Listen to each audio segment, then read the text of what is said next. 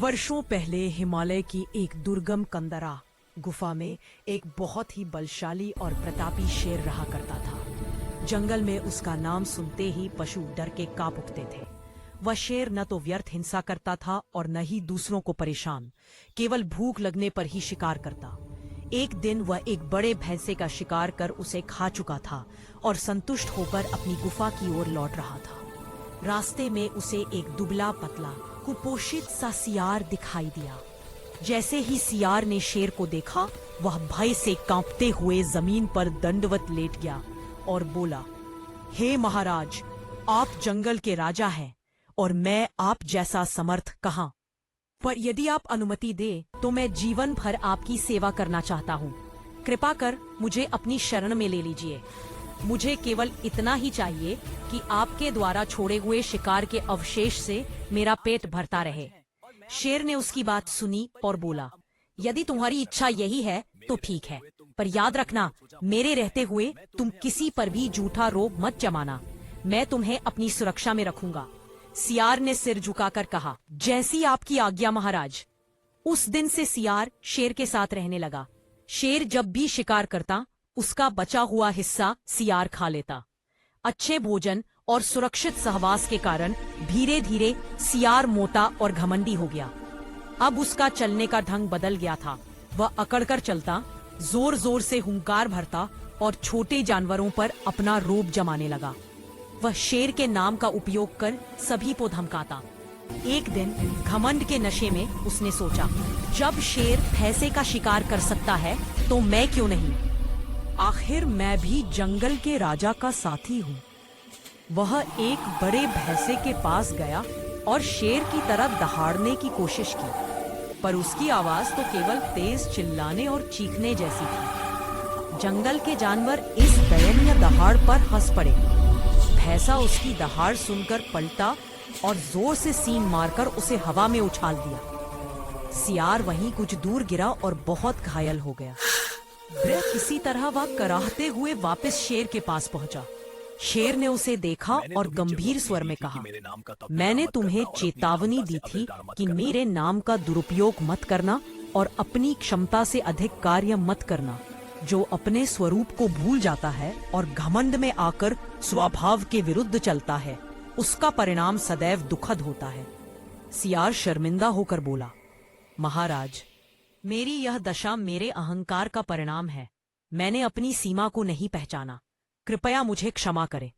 शेर ने करुणा से उसकी ओर देखा और कहा, क्षमा तो तुम्हें मिल जाएगी, पर इस घटना से सीख लो, अपनी क्षमता पहचाने बिना किसी का अनुकरण करना विनाश का कारण बनता है।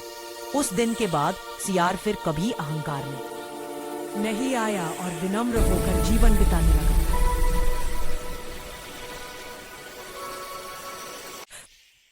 परंतु कहानी यही खत्म नहीं हुई। सियार के जाते ही जंगल में शेर का वर्चस्व भले सुरक्षित था, पर जंगल के कुछ लालची जानवर इस मौके का फायदा उठाने लगे। कुछ समय से जंगल में एक दुष्ट चालाक बघेरा काला तेंदुआ सक्रिय था। वह तेज चुपके और धूर्त था। उसने लंबे समय से शेर को हटाकर जंगल का राजा बनने का सपना देखा था। सियार की मूर्खता के कारण हुई घटना बघेरे के लिए सुनहरा अवसर बन गई। एक घने अंधेरे बरगद के पेड़ के नीचे बघेरे ने जंगल के असंतुष्ट जानवरों को बुलाया। 2 चालाक लोमड़ियां, 3 धूर्त लकड़बग्घे और एक मीठी आवाज वाला पर धोखेबाज बंदर। बघेरे ने धीमे स्वर में कहा, अब समय आ गया है। शेर बूढ़ा हो रहा है। आज वह अकेला है। अगर हम सब मिल जाएं तो जंगल का राजा मैं बन सकता हूँ। लकड़बग्घे हंसते हुए चिल्लाए, हमें बस खाना चाहिए, राजा कोई भी हो। लोमड़ियां बोली, पर शेर का सामना कौन करेगा। बघेरे की आंखों में काला चमकता क्रोध था। मैं करूंगा, पर घात लगाकर। उनकी योजना थी कि जब शेर पानी पीने नदी पर जाए, तब पीछे से हमला किया जाए। शेर को अकेला समझकर सभी उसके खिलाफ एकजुट हो गए। लेकिन उन्हें पता नहीं था कि उनकी बैठक को जंगल की एक बुद्धिमान उल्लू चुपचाप सुन रहा था। वह तुरंत उड़कर शेर की गुफा तक पहुंचा। उल्लू ने शेर से कहा, राजन, आज रात खतरनाक घेरा बनाया गया है, आपके ऊपर हमला होने वाला है। शेर शांत रहा, पर उसकी आंखों में चमक आई। धन्यवाद मित्र, जंगल बचाना मेरा धर्म है। रात हुई, बघेरा और उसका गिरोह नदी के पास छिप गए। लकड़बग्घे पेड़ के पीछे छिपकर दांत किटकिटा रहे थे। लोमड़ियां झाड़ियों में दुबकी थी। अचानक झाड़ियों में सरसराहट हुई। उन्हें लगा शेर आ गया, लेकिन ये शेर नहीं था। शेर को पता था कि जंगल में फसाद जाग चुका है। वह नदी पर अकेला नहीं गया। उसने अपने पुराने वफादार साथी अजगर, हाथी और भालू को साथ रखा था। जैसे ही बघेरा ने छलांग लगाई, शेर एक कदम पीछे हट गया। उसी क्षण विशाल हाथी ने गर्जना करते हुए हमला रोक दिया। भालू ने लकड़बग्घों को पछाड़ दिया। अजगर ने लोमड़ियों को जकड़ लिया।